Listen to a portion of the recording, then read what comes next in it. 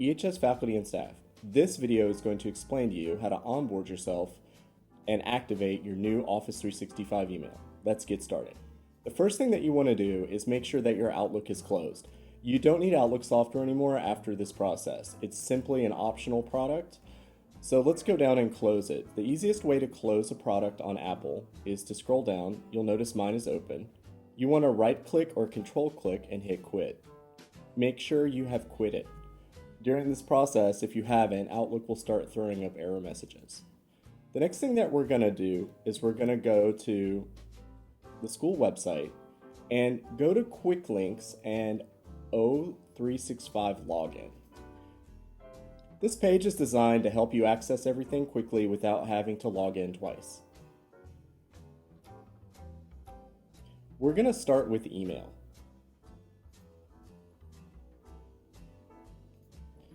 When you open it up, you're going to need to put in your school email address.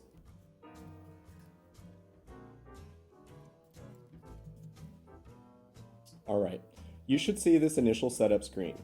Please choose the correct time zone.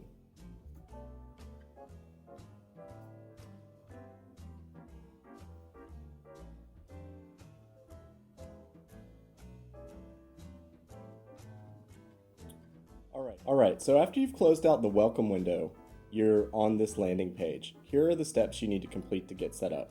This is what's recommended. We actually don't need to do this.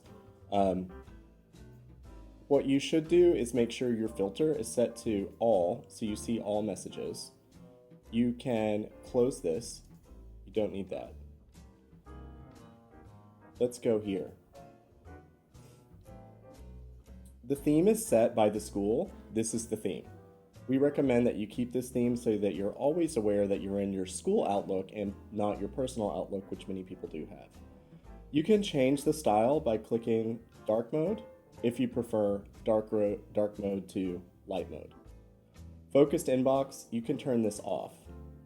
This will guarantee that all of your email goes in normally just like it was with normal Outlook.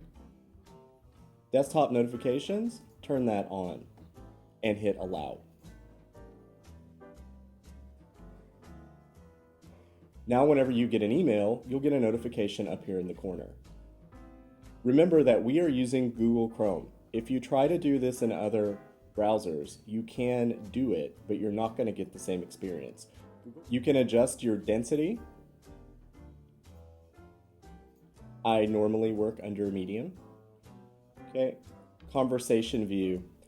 Conversation view means that if we are talking about a particular topic, so it's arranged by subject, and we have 50 emails about that topic, those emails will stay together. I personally do not use conversation view because I am working chronologically, so I'm going to turn conversation view off. I'm going to go to new message, and I'm going to send a message to myself. This is my fake account.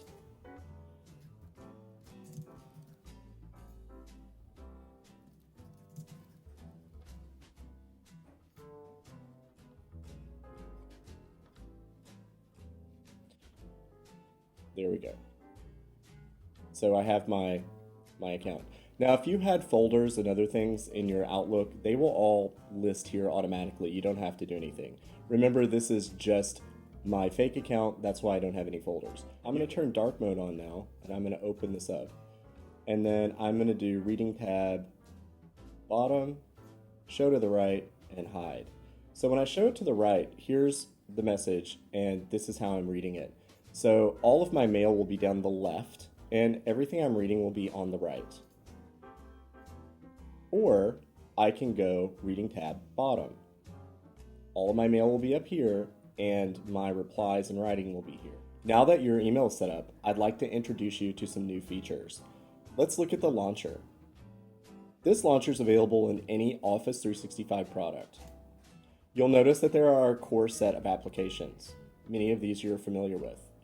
But here you'll notice that I've added custom applications. To add custom applications, for example, the library libguides, you simply go to All Apps And you'll see admin selected apps. These are the ones that have been created at the school. And you can go down to the bottom and see more applications. Microsoft is listing the top 3 most popular ones, and the others are down here. If you want to add something to your launcher, you go here, click Pin to Launcher. And when you go back, it should be right here towards the bottom. Then you can click any of these apps and they will take you to the service that you're requesting. After activating your new account, please explore some of these apps. You'll find that we've added School Dude and the EHS Faculty Staff Portal so that you can quickly jump to those services, log in, and do what you need to do. Now that we've covered email and the new features in the launcher, let's look at the calendar. The calendar's down to the bottom and it's just to the right of the email. You can click the calendar and it will open a new window, but it will also take you out of your email. To some people, this is very annoying. So what I would like to propose is that you simply go to the calendar, right click or control click, and open it in a new tab. Now you can just easily switch between the two. Remember the web page we started on? Under the quick links on the portal, you will find the Office 365 login page. And on this page, you will also notice there is a Start with Your Calendar, Start with Docs and Apps. You can open this and also start your calendar. And you can open this and start with this landing page, which gives you options for your Outlook email, your OneDrive, and all your applications. And it will also start showing you the most recent documents that you've worked with. So when you do start your day with Office 365, you can make a choice on how you do it. Let's jump back over into the calendar. The Office 365 calendar has many powerful features. I'm going to only review a few things that you need to know to get started. First thing I would like to show you is that you can change the view here: month, day, school week, normal week. You can also print your calendar, and if you switch to week view and print detailed agenda, you can actually get a really nice agenda for all the things that are happening in your week. This is very handy if you're planning an event and you go into your calendar, put all the information in. You can literally generate everything you need right out of here. Now, the time range is 8 a.m. to 5 p.m. If you started your day earlier, or you're starting your events earlier, or they're going later, you can adjust that and it will just print more events. I've always found this very handy when I'm running any kind of external activity, people are coming onto campus, etc. You have My Calendars over here. This is your default calendar. If you would like to make a separate calendar, so for example, maybe I want a calendar for my interim term project. Let's call it 3D printing. And I'm going to be planning various events during interim term. I can turn off my primary calendar, and now I will put events in, and they will be tagged as 3D printing. And I can change the color so that I know that they're for interim term and that they're not my normal calendar. This is also very useful because when you do this,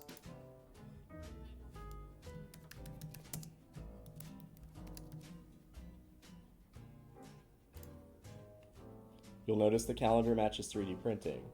You can share this, share 3D printing, with all of those involved in 3D printing. They will not see your personal calendar. They will only see events and information that are tagged as 3D printing. If you're interested in knowing more about sharing or publishing a calendar to a web page temporarily or for an ongoing set of events, please let me know, and I am happy to sit with you and make a plan.